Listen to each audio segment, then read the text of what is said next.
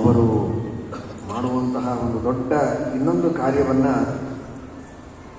ಕರ್ಮನಿರ್ಣಯದಲ್ಲಿ ಶ್ರೀಮದಾಚಾರ್ಯರು ಹೇಳ್ತಾರೆ. ವೈಹಾಯಸ ಸಂಹಿತೆಯ ಉದಾಹರಣೆಯನ್ನು ಮಾಡಿ ಆ ವೈಹಾಯಸ ಸಂಹಿತ ಎಂಬಂತಹ ಗ್ರಂಥದಲ್ಲಿ ಬರುವ ಅಪರೂಪದ ಪ್ರಮೇಯವನ್ನು ಶ್ರೀಮದಾಚಾರ್ಯರು ತಿಳಿಸಿಕೊಡುತ್ತಾರೆ. ವೇದಮಂತ್ರಕ್ಕೆ ವ್ಯಾಖ್ಯಾನ ಮಾಡುತ್ತಾರೆ. ಭೂತಾದಿಭೂತಃ ಅಂಬುನಿಧಾನ ಮಧ್ಯೆ ಭೂತ್ವಾ ಹರಿ ಸರ್ವಹರಃ ಅತಿಧಾಮ್ನ ಅಗಾಧಮಂಭಃ ವಿದಧಾತಿ ಭಸ್ಮ ಯೋ ವಾಡವಾಗ್ನಿ ನೃಹರಿರ್ವಿಚಿತ್ಯ. ಶ್ರೀಮದಾಚಾರ್ಯರು ಹೇಳುತ್ತಾರೆ, ಸಮುದ್ರದಲ್ಲಿ ಬೇಕಾದಷ್ಟು ನದಿಗಳು ಬರ್ತವೆ, ಬೇಕಾದಷ್ಟು ನದಿಗಳು ಸೇರ್ತವೆ. ಆದರೂ ಸಮುದ್ರದ ಒಂದು ಪರಿಮಾಣ ಏನಿರುತ್ತೆ ಅದಕ್ಕಿಂತಲೂ ಹೆಚ್ಚಾಗಿ ಸಮುದ್ರ ಉಕ್ಕೇರಿ ಬಂದು ಊರನ್ನೆಲ್ಲ ಮುಳುಗಿಸಿ ಹಾಳು ಮಾಡಿತು ಅಂತ ಎಂದೂ ಆಗುವುದಿಲ್ಲ. ನದಿಗಳಲ್ಲಿ ಮಹಾಪೂರ ಬಂದು ಬಿಡುತ್ತೆ, ನದಿಗಳಲ್ಲಿ ಮಹಾಪೂರ ಬರ್ತದೆ ಮಳೆ ಬಹಳ ಆದರೆ. ಹಾಗೆ ಮಳೆ ಬಹಳ ಆಯಿತು ಅಂತ ಸಮುದ್ರಕ್ಕೆ ಮಹಾಪೂರ ಬಂದು ಊರೊಳಗೆಲ್ಲ ಸಮುದ್ರದ ನೀರು ಬರೋದಿಲ್ಲ. ಆ ನದಿಗಳ ನೀರು ಹೆಚ್ಚಾಗಿ ಸಮುದ್ರದೊಳಗೆ ಬಂದಾಗ ಅಗಾಧಮಂಭಃ ವಿದಧಾತಿ ಭಸ್ಮ. ಅಲ್ಲಿ ನರಸಿಂಹದೇವರು ವಾಡವಾನಲದ ರೂಪದೊಳಗಿದ್ದು ಅಲ್ಲಿ ಅಂತರ್ಯಾಮಿಯಾಗಿದ್ದು ಆ ಬರುವ ಹೆಚ್ಚಿನ ನೀರನ್ನೆಲ್ಲ ತಾವು ಮಾನ ಮಾಡಿ, ಅರ್ಥಾತ್ ಅದನ್ನು ಸಂಪೂರ್ಣವಾಗಿ ಭಸ್ಮ ಮಾಡಿ ಒಣಗಿಸಿ ಎಷ್ಟು ಬೇಕೋ ಅಷ್ಟೇ ನೀರನ್ನು ಉಳಿಸುವ ರೀತಿಯಲ್ಲಿ ಆ ವ್ಯವಸ್ಥೆಯನ್ನು ನರಸಿಂಹದೇವರು ಮಾಡುತ್ತಾರೆ. ಅದು ವಾಡವಾನಲ.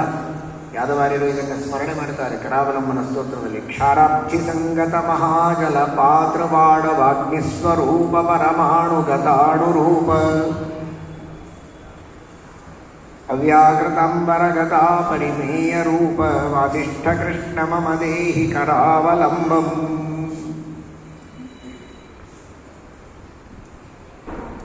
ಆ ನೀರನ್ನು ನರಸಿಂಹದೇವರು ಪಾನ ಮಾಡಿ, ವಾಡವಾಗ್ನಿಯಲ್ಲಿ ಅಂತರ್ಯಾಮಿಯಾಗಿರುವಂತಹ ನರಸಿಂಹದೇವರು ಆ ನೀರನ್ನು ಪಾನ ಮಾಡಿ ನಮ್ಮನ್ನೆಲ್ಲ ರಕ್ಷಣೆ ಮಾಡುತ್ತಾರೆ. ಎಷ್ಟು ನರಸಿಂಹದೇವರು ಎಲ್ಲೆಲ್ಲಿದ್ದು ರಕ್ಷಣೆ ಮಾಡುತ್ತಾರೆ ಅಂತ ಚಿಂತನೆ ಮಾಡಿ, ಈ ರೀತಿ ನರಸಿಂಹದೇವರು ರಕ್ಷಣೆ ಮಾಡುತ್ತಾರೆ ಶ್ರೀಮದಾಚಾರ್ಯರು ತಿಳಿಸ್ತಾರೆ. ಇದು ಒಂದು ಇಡೀ ಜಗತ್ತಿಗೇನೆ ಸಮುದ್ರದ ನೀರು ಬೇಕು. ಅದೇ ಸಮುದ್ರದ ನೀರೇ ಎವಾಪರೇಟ್ ಆಗಿ ಮೇಘಗಳ ರೂಪದಲ್ಲಿ ಬಂದು ಮತ್ತೆ ನಮಗೆಲ್ಲ ಮಳೆ ಬರಬೇಕು. ಸಮುದ್ರದಲ್ಲಿ ನೀರು ಬೇಕು. ಆದರೆ ಆ ನೀರು ಒಂದು ಕಡೆಗೆ ಶೇಖರಣೆಯಾದದ್ದು ಜನರಿಗೆ ಹಿತಕ್ಕೆ ಆಗಬೇಕೇ ಹೊರತು ಜನರನ್ನ ಆಹುತಿಯಾಗಿ ತೆಗೆದುಕೊಳ್ಳಬಾರದು. ಅದನ್ನು ನೋಡುವವರು ನರಸಿಂಹದೇವರು. ನೋಡಿದರೆ ನರಸಿಂಹದೇವರು ಸಂಹಾರ ಮಾಡುವ ದೇವತೆ ಒಂದು ಕಡೆಗೆ. ನರಸಿಂಹದೇವರು ಸಂಹಾರದ ದೇವತೆ, ಸಂಹಾರ ಮಾಡುವಂತಹ ರುದ್ರದೇವರು. ಆ ರುದ್ರದೇವರಿಗೂ ನಿಯಾಮಕರಾಗಿ ಅಂತರ್ಯಾಮಿಯಾಗಿದ್ದವರು ನರಸಿಂಹದೇವರು. ಆ ಸಂಹಾರದ ದೇವತೆಯಾದ ಮಾತ್ರಕ್ಕೆ ಬರೀ ಸಂಹಾರ ಮಾಡುವುದಲ್ಲ, ಸಂಹಾರ ಮಾಡುವ ಕಾಲದಲ್ಲಿ ಸಂಹಾರ ಮಾಡುತ್ತಾರೆ. ಆದರೆ ರಕ್ಷಣೆಯನ್ನು ಮಾಡುವಂತಹ ದೇವರು ಕೂಡ ನರಸಿಂಹದೇವರು ಅನ್ನುವುದನ್ನು ನಾವು ಮರೆಯುವಂತೆ. ಈ ಅರ್ಥದಲ್ಲಿಯೂ ನರಸಿಂಹ ಅಂತ, ಈ ನೀರನ್ನು ಕುಡಿಯುವ ದೇವ ಅನ್ನುವ ಅರ್ಥದಲ್ಲಿ ನರಸಿಂಹ, ನಾರಸಿಂಹ ಎರಡೂ ಶಬ್ದಗಳ ಬಳಕೆಯೂ ಇದೆ. ನರಸಿಂಹ, ನಾರಸಿಂಹ ಒಬ್ಬರು ಶ್ರೀಮಾನ್. ನಾರಸಿಂಹ ಯಾಕೆ ಅಂದರೆ, ನಾರ ಅಂದರೆ ನೀರು. ಆಪೋ ನಾರಾಯಿತಿ ಪ್ರೋಕ್ತಾ ಆಪೋ ವೈ ನರಸೂನವಃ ಅಯನಂ ತಸ್ಯ ತಾಃ ಪೂರ್ವಂ ತೇನ ನಾರಾಯಣ ಸ್ಮೃತಃ. ದೇವರಿಗೆ ನಾರಾಯಣ ಅಂತ ಕರೀತಾರೆ. ಯಾಕೆ ಅಂದರೆ ನರ ಅಂದರೆ ದೇವರು, ರ ಅಂದರೆ ನಾಶ. ನರ ನಾಶವೇ ಇಲ್ಲದ ನಿತ್ಯನಾದ ಭಗವಂತ. ಅವನಿಂದ ಹುಟ್ಟಿದ ನೀರು ಅದು ನಾರ. ಆ ನಾರದಲ್ಲಿ ದೇವರು ಇರ್ತಾನೆ, ಕ್ಷೀರಸಾಗರದಲ್ಲಿ ಯಾವಾಗಲೂ ವಾಸವಾಗಿರ್ತಾನೆ. ಅದಕ್ಕಾಗಿ ನಾರಾಯಣ ಅಂತ ನಾರಾಯಣನನ್ನು ಕರೆಯುವುದು. ಇದು ಅನೇಕ ಪುರಾಣಗಳಲ್ಲಿಯೂ ಮನುಸ್ಮೃತಿ ಮೊದಲಾದವುಗಳಲ್ಲಿಯೂ ಬರುವಂತಹ ಪ್ರಸಿದ್ಧವಾದ ಶ್ಲೋಕ ಇದು. ಆಪೋ ನಾರಾ ಇತಿ ಪ್ರೋಕ್ತಾ ಆಪೋ ವೈ ನರಸೂನವಃ. ಹಾಗಾಗಿ ನರ ಅಂದರೆ ನೀರನ್ನು ಹುಟ್ಟಿಸಿದ ಸಿಂಹ ಇವನು. ನೀರನ್ನು ಹುಟ್ಟಿಸಿದವ ನೀರನ್ನು ಕುಡಿಯುವುದಕ್ಕೂ ಸಮರ್ಥ. ಹೀಗಾಗಿ ನಾರಸಿಂಹ, ನಾರ ಅಂದರೆ ನೀರು, ಅಗಾಧವಾದ ಜಲರಾಶಿಯನ್ನು ಪಾನ ಮಾಡಿ ಆ ಜಲರಾಶಿಯಿಂದ ಜನರಾಶಿಗೆ ಯಾವುದೇ ರೀತಿಯ ಪೀಡೆಯಾಗದೇ ಇರುವಂತೆ ನೋಡಿಕೊಳ್ಳುವ ಸಿಂಹ ಇವನು. ಸಾಮಾನ್ಯ ಅಡವಿಯಲ್ಲಿ ಓಡಾಡುವ ಸಿಂಹ ಅಲ್ಲ ಇದು, ಕಾಡು ಸಿಂಹ ಅಲ್ಲ, ನಾರಸಿಂಹ, ನೀರಸಿಂಹ. ಅದಕ್ಕೆ ನೀರಾ ನರಸಿಂಹ ಅಂತ. ನೀರಾ ನದಿ ತೀರದಲ್ಲಿ ನರಸಿಂಹ ಇದ್ದಾನೆ. ಆ ಸಂಗಮದೊಳಗೆ ನೀರಾ ನದಿ ತೀರದೊಳಗಿದ್ದದ್ದು ಮಾತ್ರ ಅಲ್ಲ, ನೀರನ್ನು ಪಾನ ಮಾಡಿ ನೀರದಿಂದ ಪ್ರಜೆಗಳನ್ನು ರಕ್ಷಣೆ ಮಾಡುವವ ಅನ್ನುವ ಅರ್ಥದಲ್ಲಿ ನಾರಸಿಂಹ ಎಂಬುದಾಗಿ ನರಸಿಂಹದೇವರ ಹೆಸರಿನಲ್ಲಿ ಆ ವೈಹಾಯಸ ಸಂಹಿತೆಯಲ್ಲಿ ಹೇಳಿದಂತಹ ಒಂದು ಮಹಿಮೆಯನ್ನು ಕೂಡ ನಾವು ಚಿಂತನೆ ಮಾಡಬಹುದು. ಅಂತಹ ನರಸಿಂಹದೇವರು ಯಾವುದೇ ರೀತಿಯಿಂದ ನಮಗೆ ಬಾಧೆಯಾಗದೇ ಇರುವಂತೆ ರಕ್ಷಣೆಯನ್ನು ಮಾಡುತ್ತಾರೆ ಎಂಬುದಾಗಿ ನಾವು ಇಲ್ಲಿ ಅರ್ಥವನ್ನು ಮಾಡಿಕೊಳ್ಳಬೇಕು. ನರಸಿಂಹದೇವರ ಅತ್ಯದ್ಭುತವಾಗಿರುವಂತಹ ಮಹಿಮೆಯನ್ನು ಶ್ರೀಮದ್ ಆಚಾರ್ಯರು ನರಸಿಂಹ ನಖಸ್ತುತಿಯಲ್ಲಿ ಹೇಳಿದ್ದನ್ನು ನೀವೆಲ್ಲ ನಿತ್ಯದಲ್ಲಿ ಪಠನ ಮಾಡ್ತೀರಿ. ಯದ್ರೋಷೋತ್ಕರ ದಕ್ಷ ನೇತ್ರ ಕುಟಿಲ ಪ್ರಾಂತೋತ್ಸಿತಾಗ್ನಿಸ್ಫುರ ಕವ್ಯೋತೋಪಮ ವಿಸ್ಫುಲಿಂಗ ಭಸಿತಾ ಬ್ರಹ್ಮೇಶ ಶಕ್ರೋತ್ಕರಾ. ನರಸಿಂಹದೇವರ ಒಂದು ನೋಟದಿಂದ, ಕುಡಿ ನೋಟದಿಂದ ಬಂದ ಕಿಡಿಯಿಂದ ಎಲ್ಲ ದೇವತೆಗಳು ಅಸುರರು ಎಲ್ಲರೂ ಭಸ್ಮ ಆಗಿ ಹೋಗ್ತಾರೆ. ವಿಸ್ಫುಲಿಂಗ ಭಸಿತಾ ಬ್ರಹ್ಮೇಶ ಚಕ್ರೋತ್ಕರ. ಅಂತಹ ಅದ್ಭುತವಾದ ಆ ನರಸಿಂಹದೇವರ ಸಂಹಾರ ಮಾಡುವಂತಹ ಒಂದು ಲೀಲೆಯನ್ನು ಶ್ರೀಮದಾಚಾರ್ಯರು ವರ್ಣನೆ ಮಾಡಿದ್ದಾರೆ. ಅದು ನಮಗೆ ಭಯಂಕರ, ಆದರೆ ದೇವರಿಗೆ ಅದು ಲೀಲೆಯೇ. ಇವತ್ತು ಆ ನರಸಿಂಹದೇವರ ಶಕ್ತಿಯ ಉಪಯೋಗ, ಅದರ ಅನುಗ್ರಹ, ಅದರ ರಕ್ಷಾ ಕವಚ ಇವತ್ತು ನಮಗೆ, ನಿಮಗೆ ಎಲ್ಲರಿಗೂ ಬೇಕಾಗಿದೆ. ವಿಶೇಷವಾಗಿ ನಿಮಗೆಲ್ಲ ಗೊತ್ತಿದ್ದಂತೆ ನಮ್ಮ ಭಾರತ ದೇಶದ ಮೇಲೆ ಅನ್ಯರ ಆಕ್ರಮಣ ಆಗ್ತಾ ಇದೆ. ಅದನ್ನು ತಡೆಯುವುದಕ್ಕೆ ನಮ್ಮ ಭಾರತ ದೇಶದ ಮೋದಿಯವರ ನೇತೃತ್ವದಲ್ಲಿ ನಡೆಯುವಂತಹ ಘನ ಸರ್ಕಾರ ಬಹಳ ದೊಡ್ಡದಾದಂತಹ ಹೆಜ್ಜೆಯನ್ನು ಇಡ್ತಾ ಇದೆ. ಭಯೋತ್ಪಾದಕರ ಆ ದುಷ್ಟ ಶಕ್ತಿಯನ್ನು ಗಮನ ಮಾಡುವುದಕ್ಕೋಸ್ಕರ, ಭಯೋತ್ಪಾದಕರಿಂದ ಅಮಾಯಕರಾದ ಜನರಿಗೆ ಆಗುವಂತಹ ಹಿಂಸೆಯನ್ನು, ಪೀಡೆಯನ್ನು ತಡೆದು ಅವರಿಗೊಂದು ಚೆನ್ನಾಗಿ ಪಾಠ ಕಲಿಸಿ ಎಲ್ಲ ಪ್ರಜೆಗಳಿಗೆ ಒಂದು ಭದ್ರವಾದ ರಕ್ಷಣೆಯನ್ನು ನೀಡುವಂತಹ ಒಂದು ದೃಢವಾದ ಸಂಕಲ್ಪವನ್ನು ನಮ್ಮ ಸರ್ಕಾರ ಮಾಡಿದೆ. ಆ ವಿಧವಾದ ಒಂದು ದುಷ್ಟಶಕ್ತಿಗಳ ದಮನ ಮಾಡುವುದಕ್ಕೆ ಇಂತಹ ಒಂದು ದೃಢವಾದ ಸಂಕಲ್ಪವನ್ನು ನಮ್ಮ ದೇಶದ ಕೇಂದ್ರ ಸರ್ಕಾರ, ಘನ ಸರ್ಕಾರ ಮಾಡಿದ್ದಕ್ಕೆ ಸಮಗ್ರವಾದ ಭಾರತೀಯರೆಲ್ಲರೂ ನಾವು ಮೊಟ್ಟ ಮೊದಲಿಗೆ ನಮ್ಮ ದೇಶಕ್ಕೆ ಅಭಿನಂದನೆಗಳನ್ನು ಸಲ್ಲಿಸಬೇಕು, ನಮ್ಮ ಸರ್ಕಾರಕ್ಕೆ ಅಭಿನಂದನೆಗಳನ್ನು ಸಲ್ಲಿಸಬೇಕು.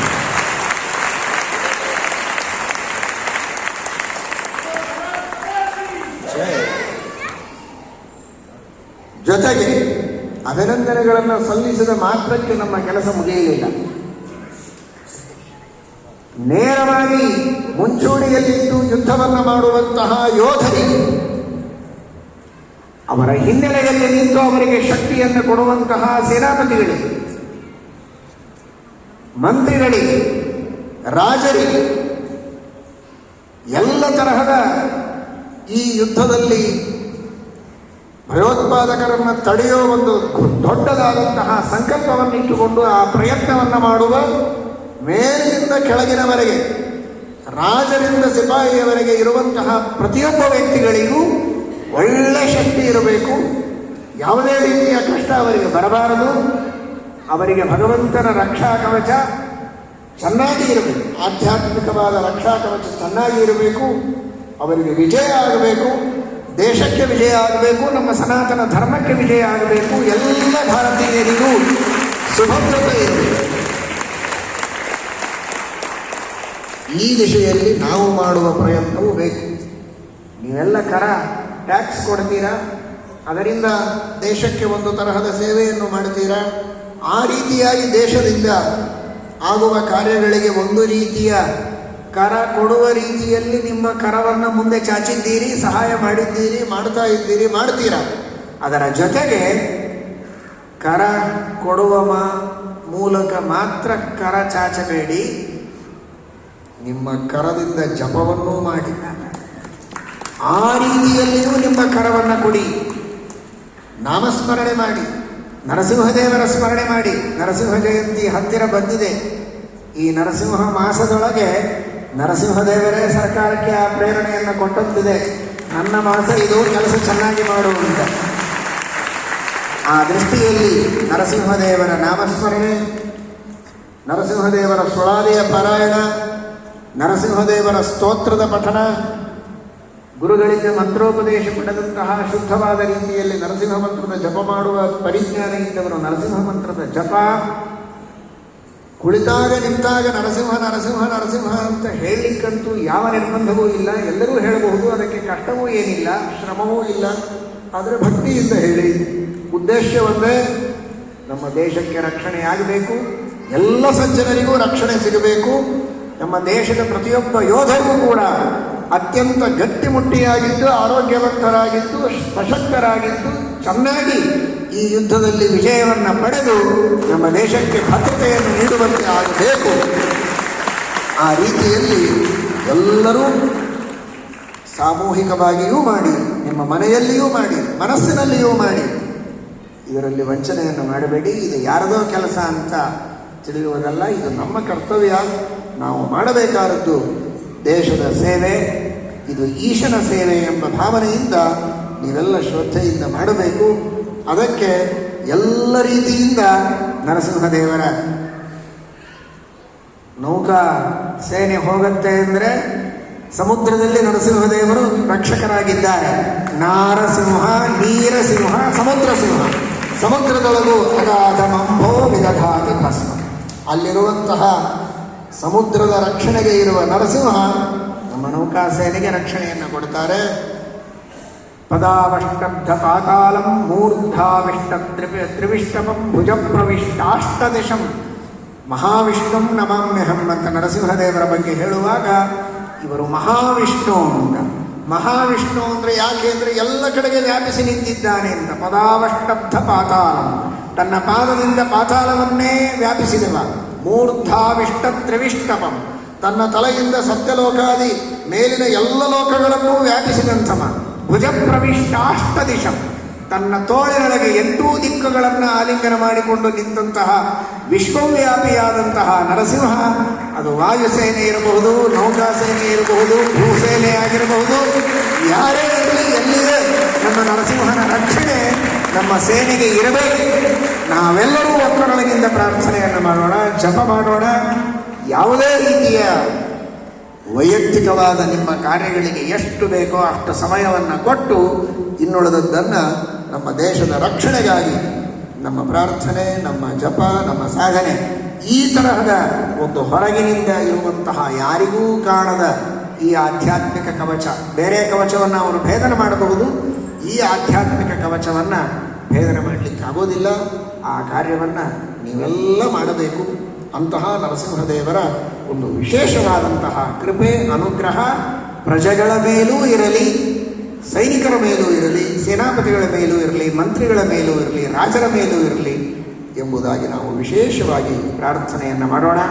ಆ ದೃಷ್ಟಿಯಲ್ಲಿ ಭಕ್ತರೆಲ್ಲ ನಿಮಗೆಲ್ಲ ಇದಕ್ಕೋಸ್ಕರ ಸಮಯವನ್ನು ಇಟ್ಟು ದೇವರ ಪ್ರಾರ್ಥನೆಯನ್ನು ಮಾಡಿ ನಿಮ್ಮ ನಿಮ್ಮ ಭಕ್ತಿಯನ್ನು ಪೂರ್ಣವಾಗಿ ಉಪಯೋಗಿಸಿ ದೇಶದ ರಕ್ಷಣೆಗೆ ಮುಂದಾಗಬೇಕು ಅಂತ ಇಚ್ಛೆ ಬಂದಿದೆಯಲ್ಲ, ಬಂದಿದ್ರೆ ಕೈ ಎತ್ತಿ. ಹಾಗಾದರೆ ಈಗ ಸಂಕಲ್ಪ ಮಾಡಿಸ್ತಾರೆ. ಸಂಕಲ್ಪ ಮಾಡಿ, ಪುಕ್ಕಟೆಯಾಗಿ ಕೈ ಎತ್ತಿ ಹೋಗಬೇಡಿ. ಸಂಕಲ್ಪ ಮಾಡಿ ನಿಮ್ಮ ನಾಮಸ್ಮರಣೆ ಜಪ ಪ್ರಾರಂಭ ಮಾಡಿ.